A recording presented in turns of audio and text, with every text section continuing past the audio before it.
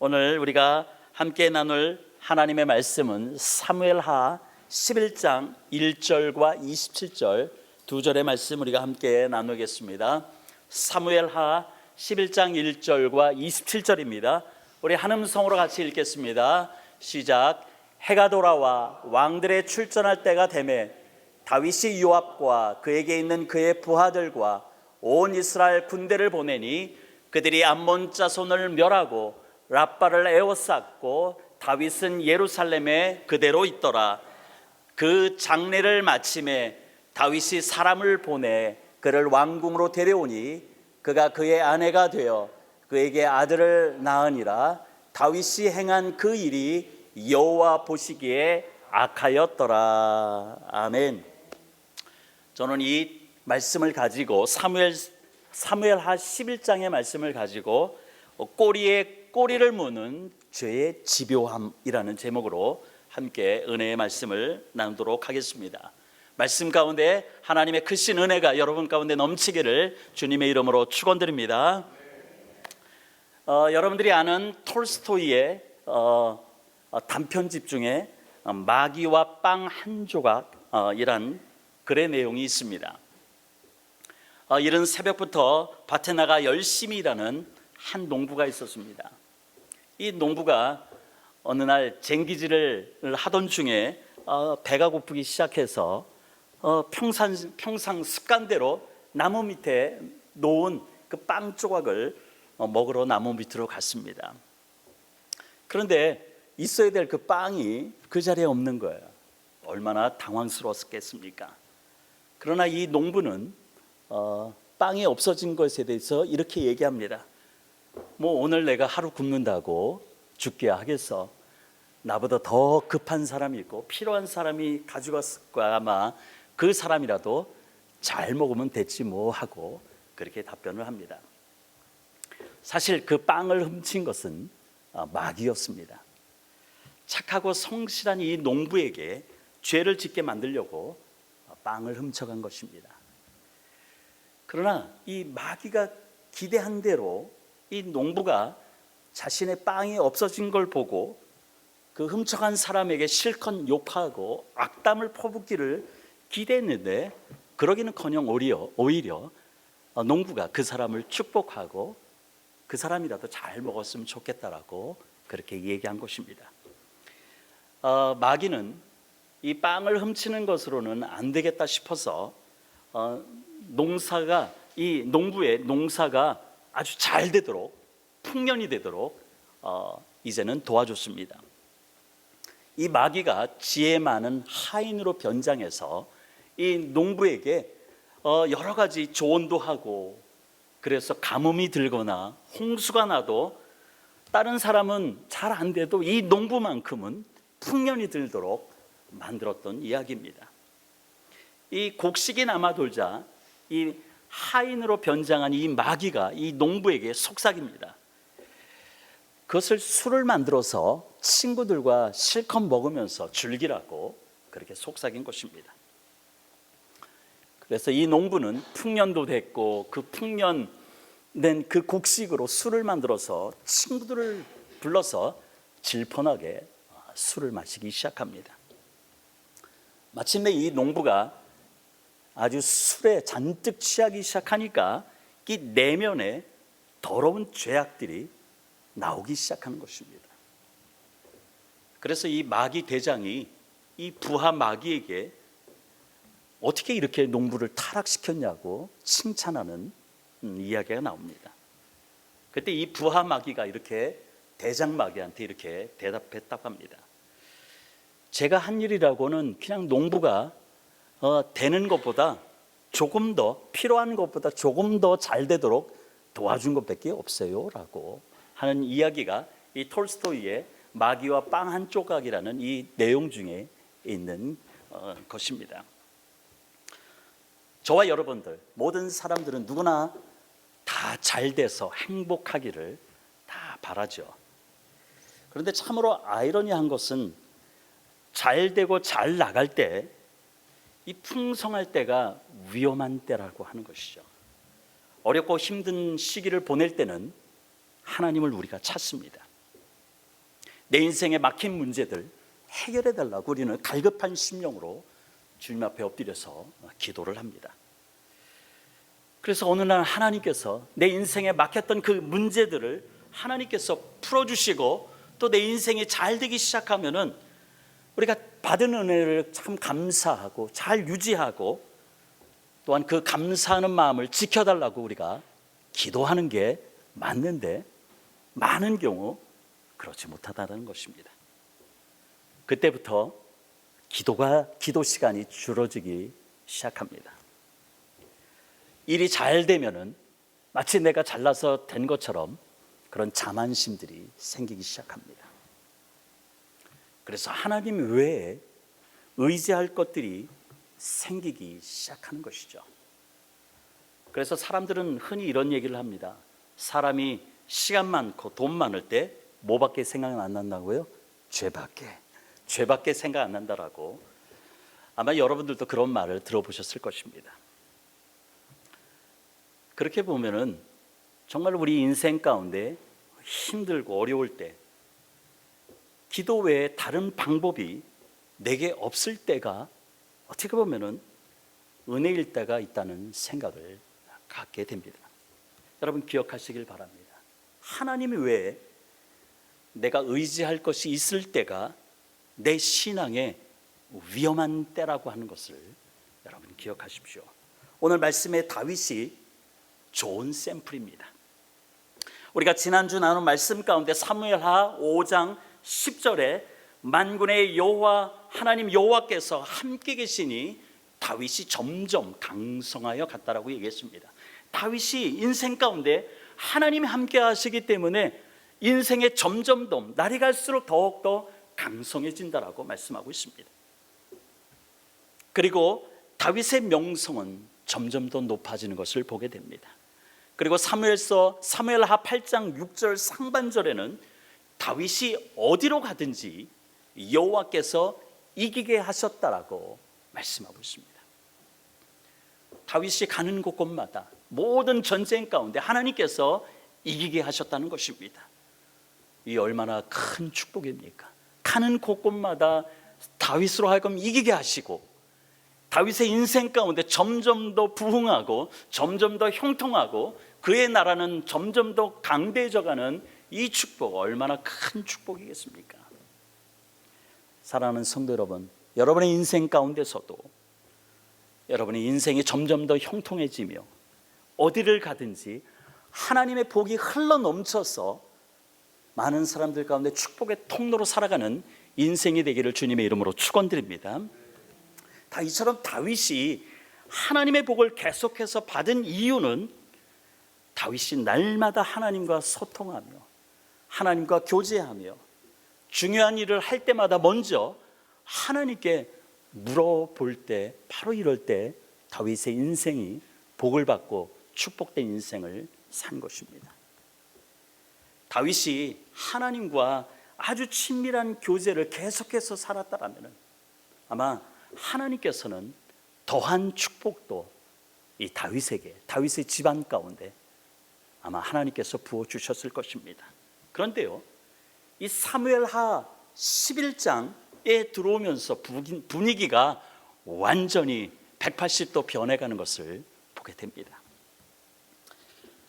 사무엘하 11장에 보면은 다윗은 남편이 있는 밧세바와 간음을 했습니다.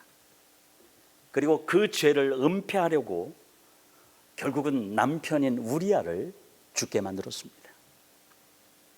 하나님은 이 다윗의 악한 마음과 그 악한 마음에서 나온 모든 행위를 보시기에 악하다라고 말씀하셨습니다. 이전에 다윗은 날마다 하나님을 가까이 하며 하나님 마음에 꼭 드는, 하나님 마음에 정말로 꼭 맞는 자로 그가 살았던 인생이었습니다. 그런데 오늘 본문에서는 더 이상 다윗에게 하나님이 보이지가 않습니다. 오직 자신의 욕망을 위해서 죄를 짓는데 두려움도 없습니다. 전에는 마음에 조그만 죄만 품어도 괴로워하면서 다윗은 회개하였던 인생이었습니다. 그런데 이제는 엄청난 죄를 져도 그것을 숨기기 위해 끝없이 잔머리만 굴리는 다윗만 있게 된 것입니다. 결국 죄 없는 사람을 죽이는 천하의 몹쓸 다윗만 오늘 우리는 말씀을 통해서 보게 되는 것입니다. 어쩌다가 다윗이 이렇게 변했을까요?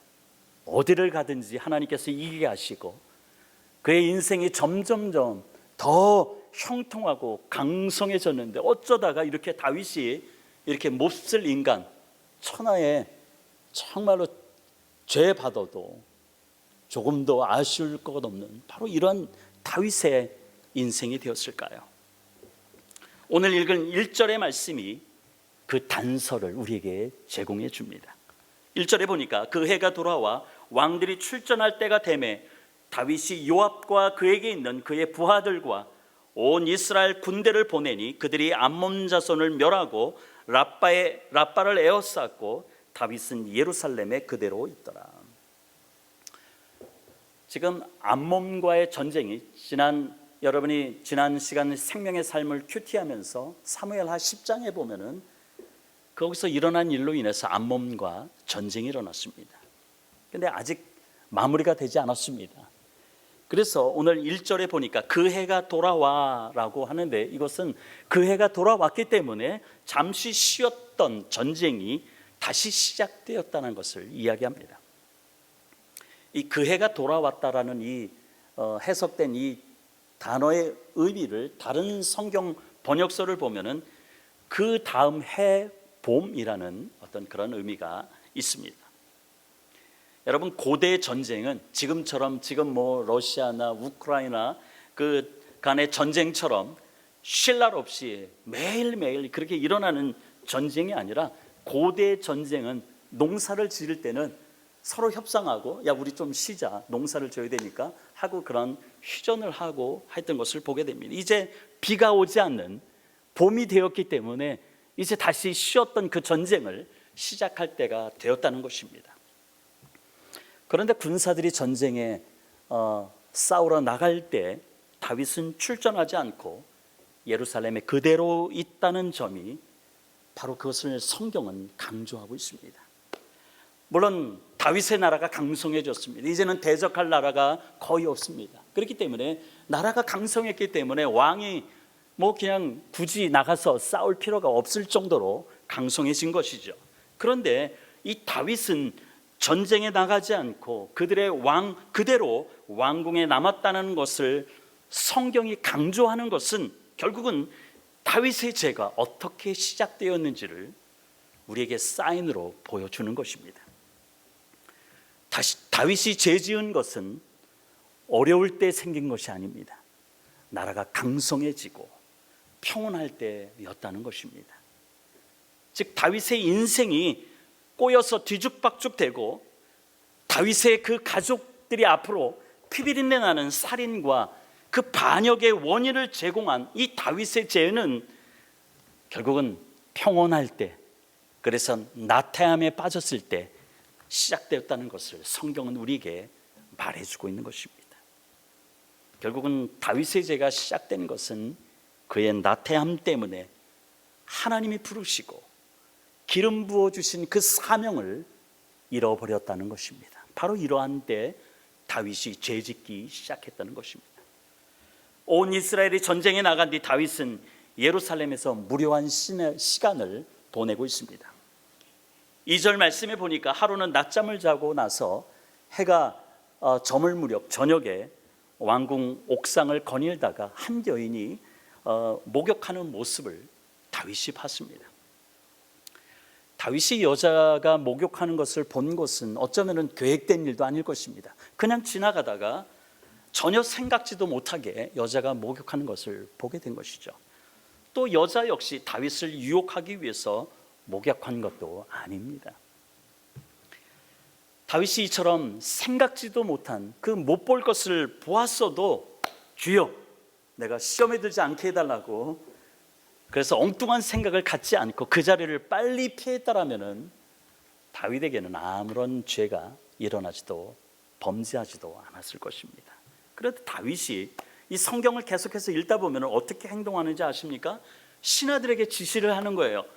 여자가 누군지 한번 알아봐라.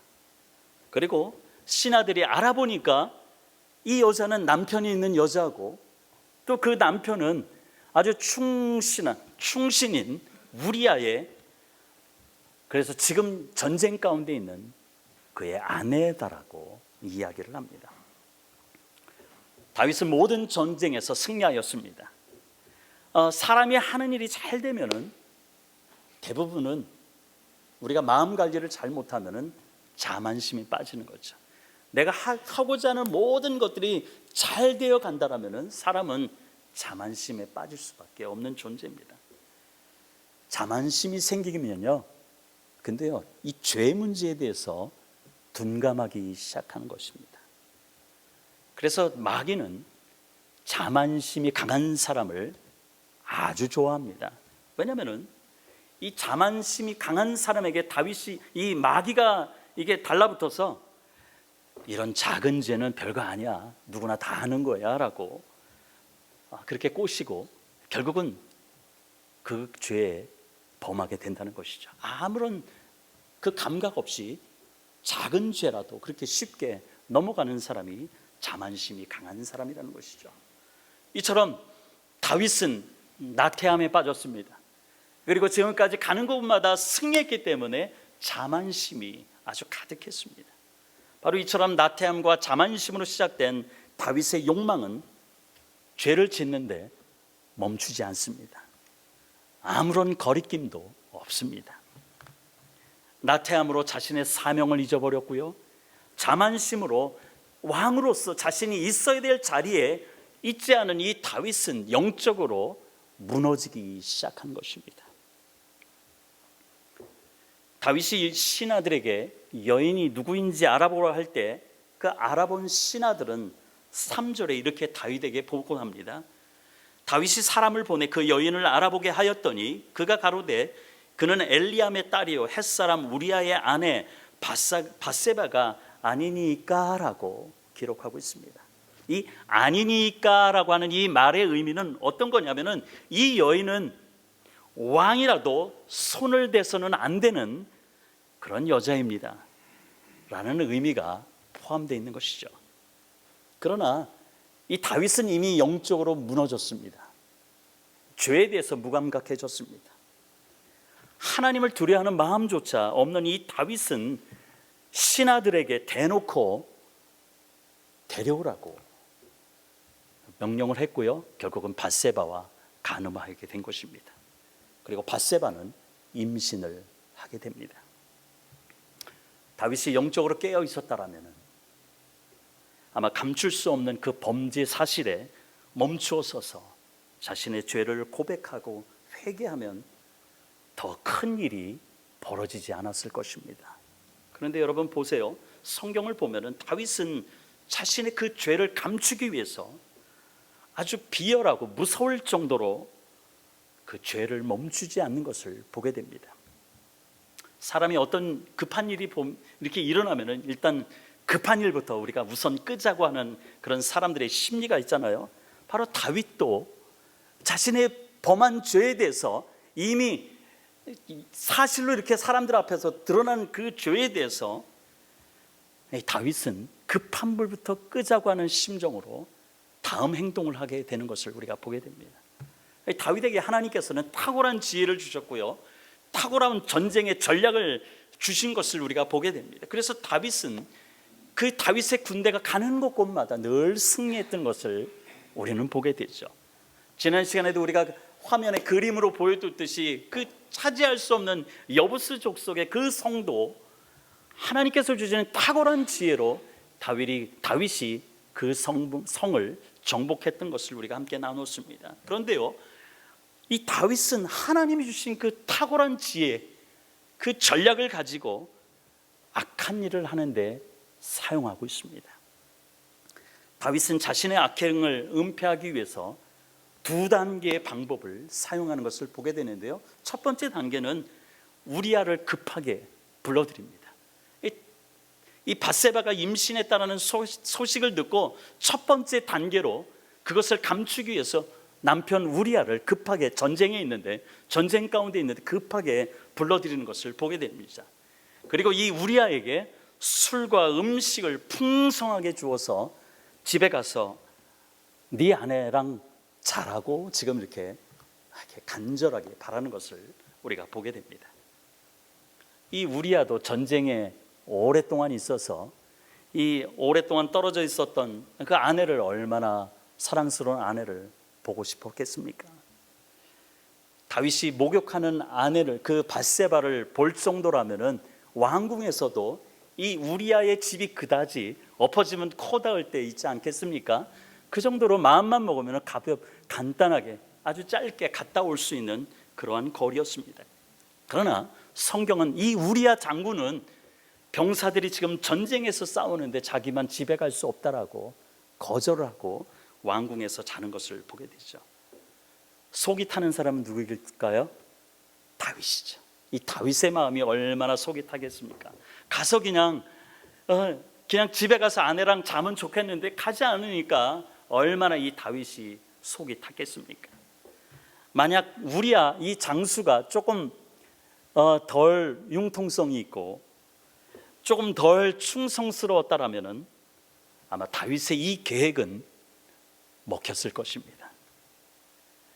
여러분, 계획들이 잘 되지 않을 때, 여러분이 정말로 간절하게 기도하며 여러분의 문제를 놓고 기도할 때, 근데 잘 응답이 되지 않을 때 억지로 진행하려고 애쓰는 것이 아니라 우리는 잠시 멈추어 서서 하나님의 마음을 알고자 기도해야 하는 때임을 여러분 기억하시길 바랍니다. 안 된다고 억지로 어떤 일을 해결하려고 하는 것이 아니라 안 될 때, 내가 기도하면서 하는데도 안 될 때 하나님의 뜻이 있겠지 하고 잠시 멈추어 서서 하나님의 뜻을 묻고 있는 것, 바로 이것이 하나님이 기뻐하는 자라고 하는 것을 여러분 기억하시면 좋겠습니다. 이제 다윗이 자신의 사악한 그 계획이 뜻대로 되지 않으니까 이제 두 번째 방법을 시도합니다. 그것은 다윗의 뜻대로는 도무지 움직이지 않는 이 충신, 이 우리아를 죽이는 계획입니다. 얼마나 끔찍한 만행입니까? 얼마나 자신의 권력을 남용하는 다윗의 모습을 우리가 보게 됩니까? 도무지 용서받을 수 없는 계획을 다윗은 지금 세우고 있는 것입니다. 죄의 노예가 돼서 그 구렁텅이에 빠져 허우적거리는 이 다윗의 눈에 더 이상 아무것도 보이지가 않습니다. 그저 자신의 죄만 감추면 되는 것입니다. 하나님을 두려워하는 마음이 이미 다윗에게는 조금도 없습니다. 다윗이 정말 나쁜 놈이라고 생각되는 것은 이게 성경을 준비하면서도 욕이 저절 속에서 욕이, 이 다윗을 생각하면 욕이 나올 정도로 아주 못된 놈이다라고 생각했는데, 정말 이 다윗이 정말로 나쁜 놈이라 생각되는 것은 14절에 보니까 이 장수 우리아를 죽이라는 편지를 요압 장군한테 보냈는데, 그걸 누구 손에 보내냐면 이 우리아 손에 들려서 이 편지를 전달하라고 그렇게 명령하는 것을 보게 되죠. 결국 다윗의 편지를 받은 요압 장군, 이 사람은 출세욕에 강한 사람입니다. 그렇기 때문에 요압은 자신에게도 충성스러운 장수였는데 그 장수 우리아를 죽이는 일에 동참하고 있는 것을 보게 됩니다. 다윗의 뻔뻔함은 여기에 그치지 않습니다. 결국은 자기의 원하는 대로 우리아가 죽었습니다. 그런데 이 우리아가 죽었다라는 소식을 듣고 25절에 보니까 이렇게 기록하고 있습니다. 다윗이 전령에게 이르되 너는 요압에게 이같이 말하기를 이 일로 걱정하지 말라. 칼은 이 사람이나 저 사람이나 삼키느니라. 그 성을 향하여 더욱 힘써 싸워 함락시키라 하여 너는 그를 담대하게 하라 하니라. 못된 놈이죠. 이 다윗이 이 정도입니다. 이 정도로 타락된 것이죠. 우리아가 죽었다라는 그 보고를 들은 이 다윗은 아주 너그러운 왕처럼 가면을 쓰고 이야기를 하는 것이죠. 즉 칼은 사람이나 이 사람이나 저 사람이나 삼키느니라, 이 말은 전쟁이라는 것은 다 그래. 전쟁을 하다 보면은 사람이 죽는 것 당연한 일이야 라고 아주 너그러운 왕처럼 이렇게 이야기하는 것입니다. 지금의 다윗에게는 자신의 군사들이 전쟁에서 죽어도 별 상관이 없습니다. 그냥 우리야만 죽으면 되는 것입니다. 근데 우리야가 죽었습니다. 이제는 다윗이 자신의 죄가 마치 완전 범죄처럼 끝난 것 같으니까 다윗의 이 속마음, 타들어갔던 그 속마음이 얼마나 후련했겠습니까? 얼마나 기뻐했을까요? 그래서 27절 상반절에 밧세바는 죽은 남편을 위하여 애곡하지만 다윗의 아내가 되어 그에게 아들을 낳았다라고 성경은 기록하고 있습니다. 백성들이 이 사실을 볼 때 참 우리의 왕은 자비로운 왕이다라고 생각하지 않았겠습니까? 다윗을 위해서 충성스럽게 싸움을 하다 전사한 그 우리아의 아내를 어여삐 여겨서 불쌍히 여겨서 자신의 후궁으로 아내로 맞이해드리는 이 다윗의 처사를 보고 이 다윗의 속마음을 알지 못했던 많은 백성들은 다윗은 너무나도 자비로운 은혜가 많은 왕이다라고 생각했을 것입니다. 그런데요, 다윗은 이처럼 사람은 속일 수 있습니다. 우리 역시 우리가 사람이 알지 못한 죄를 범하면 사람은 속일 수 있습니다. 그러나 성경은 하나님은 결코 속일 수 없다는 것을 우리에게 말씀하고 있습니다. 27절 하반절입니다. 다윗이 행한 그 일이 여호와 보시기에 악하였더라. 하나님의 눈에 이 다윗이 행한 모든 일들이 지금 악하다라고 말씀하십니다. 다윗은 분명 우리가 아는 요셉과도 정말로 대조되는 것을 보게 되죠. 이 요셉, 애굽에 팔려간 이 요셉, 얼마나 보디발의 아내로부터 수도 없이 유혹을 받았습니까? 그러나 요셉은 그 자리를 박차고 뛰어나왔습니다. 결국은 죄를 지을 그런 기회조차 이 요셉은 주지 않았던 것이죠. 그렇기 때문에 우리도 이 땅을 살면서 죄를 범하기 전에 어떤 유혹이 올 때 유혹의 단계에서 물리치는 것이 승리의 지름길이라고 하는 것을 여러분이 늘 기억하시길 바랍니다. 성경은 우리가 이 유혹들, 죄로부터 오는 많은 마귀의 유혹들, 미혹들을 우리가 어떻게 이길 수 있는지 성경은 우리에게 말씀하고 있습니다. 결국은 기도와 말씀으로 그 모든 시험을 이길 수 있다라고 말씀하고 있습니다. 우리 주님께서도 제자들에게 마태복음 26장 1절에서 시험에 들지 않게 깨어 기도하라라고 말씀하고 있습니다. 또한 인생의 그 모든 풍요를 누렸던 솔로몬 왕, 인생의 쓴맛, 인생의 아주 단맛을 모두 경험했던 이 솔로몬이 지은 시가 시편 127편이거든요. 이 127편 1절에 이 솔로몬이 이렇게 고백합니다. 여호와께서 집을 세우지 아니하시면 세우는 자의 수고가 헛되며 여호와께서 성을 지키지 아니하시면 파수꾼의 깨어 있음이 헛되도다. 여러분 믿습니까? 이 인생의 모든 풍요를 경험했던 이 다윗이 이 인생의 그 말년에 생각해 보니까 하나님이 지켜주시지 않으면, 하나님이 집을 세워주시지 않는다면 세우는 자의 수고가 헛되다는 것이죠. 이번에 제가 노예 목사님들하고 터키 갈 때, 그리스 갈 때 엄청난 그 건물의 기둥 하나만 해더라도 여러 사람이 이렇게 서로 손을 붙잡아야지 한아름 될 정도로 그렇게 어마어마한 건물들이 아주 오랜 세월 전에 세워졌던 것이죠. 그러나 하나님이 지켜주시지 않는다면, 그리고 이 자연재해나 모든 것들을 통해서 그것이 다 무너지고 그냥 형체만 남아있는 그런 기둥들을 보면서 그 엄청난 육중한 그 건물들도 그렇게 무너지는 것을 보면서 정말로 여호와께서 우리가 아무리 내 인생의 집, 내 자녀들의 집, 이런 것들을 아무리 인생의 그런 집들을 짓는다 할지라도 여호와께서 세워지지 않는다라면 세우는 자의 수고가 헛되다고 말씀합니다.